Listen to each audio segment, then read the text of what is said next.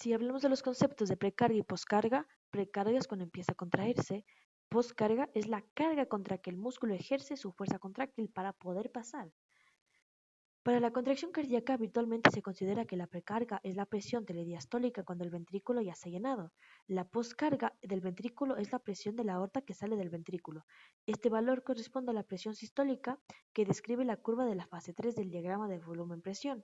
A veces se considera de manera aproximada que la poscarga es la resistencia de la circulación en lugar de su presión. El aumento de la presión arterial, o sea, poscarga, no disminuye el gasto cardíaco hasta cierto límite, alrededor de 160 milímetros de mercurio de presión arterial media. Algo que cabe recalcar es que el volumen telediastólico es el llenado normal de los ventrículos, de 110 a 120 mililitros. El volumen sistólico, el mismo de la eyección, es el volumen de sangre que se vacía durante la eyección, de 70 mililitros, que es, es lo mismo que el 60% del volumen eyectado, lo cual se le llama fracción de eyección, solo el porcentaje. Hay que tener en cuenta que siempre se va a eyectar el 60%, pero hay que tener en cuenta que aunque siempre se eyecta el 60%, puede tener un volumen que está incompatible. El volumen sistólico es lo que se expulsa por cada latido y el gasto cardíaco es lo que se da por minuto. El volumen telesistólico es la sangre que se queda o permanece de 40 a 50 mililitros. Si hablamos del gasto cardíaco, es el volumen de sangre que el corazón bombea por minuto, que es casi 5 litros por minuto. Gasto cardíaco es igual a frecuencia cardíaca por volumen sistólico, donde, bueno, ahí está, determinado casi totalmente por el retorno venoso. Hablemos de la regulación del bombeo cardíaco. Como generalidades, sabemos que en reposo el corazón bombea de 4 a 6 litros y con ejercicio puede llegar a 16 a 50 litros. Está regulada por la regulación intrínseca, que es el mecanismo de Frank-Starling, y el sistema nervioso autónomo, o sea, simpático y parasimpático. La relación de Frank-Starling significa que mientras más se distiende el músculo cardíaco durante los llenados, o sea, el retorno venoso, mayor es la fuerza de contracción. Son proporcionales, mayor cantidad de sangre bombeada hacia la aorta. O sea, en pocas palabras, a mayor llenado ventricular, mayor estiramiento de las fibras. Y esto será mayor fuerza de contracción. Solo ocurre dentro de los límites fisiológicos, no en las patologías.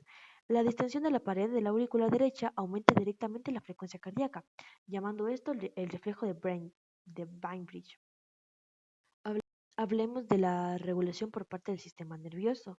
Aquí tenemos la, digamos, inervación simpática que inerva ventrículos y aurículas, más específicamente en los ventrículos, aumenta la frecuencia y fuerza de contracción cardíaca, donde el sistema nervioso simpático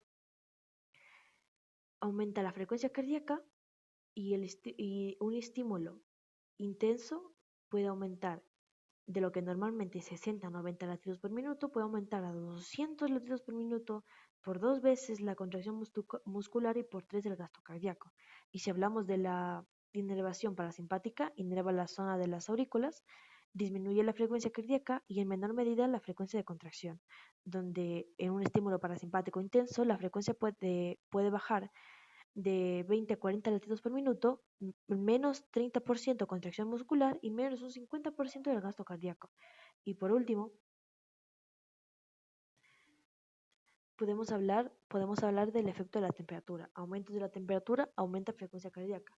El calor aumenta la permeabilidad de la membrana del músculo cardíaco a iones que controlan la frecuencia cardíaca, acelerando el proceso de autoexcitación. Por cada grado que aumenta de 10 a 15 latidos por minuto porque aumenta la permeabilidad de los iones de sodio.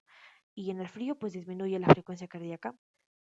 Y podemos hablar de los efectos de los iones de potasio y calcio, digamos por ejemplo la hiperpotasemia, donde existe un corazón dilatado, flácido y reduce la frecuencia cardíaca. Puede bloquear el impulso cardíaco o afectar a las auriculoventriculares, provocando un corazón débil, llevando a un ritmo débil o a la muerte. Es por exceso de potasio en el espacio extracelular, haciendo el interior mucho más negativo, el potencial de acción no llega a más 20 y no será la misma fuerza de contracción. Y para terminar, si hablamos de la hipercalcemia, es que el corazón hace que el corazón progrese a una contracción espástica, o sea, un aumento normal y sostenido del tono muscular, hipertonía, que provoca rigidez, tensión y contracciones involuntarias de los músculos, a menudo acompañadas de reflejos exagerados, o la hipocalcemia, que produce debilidad cardíaca.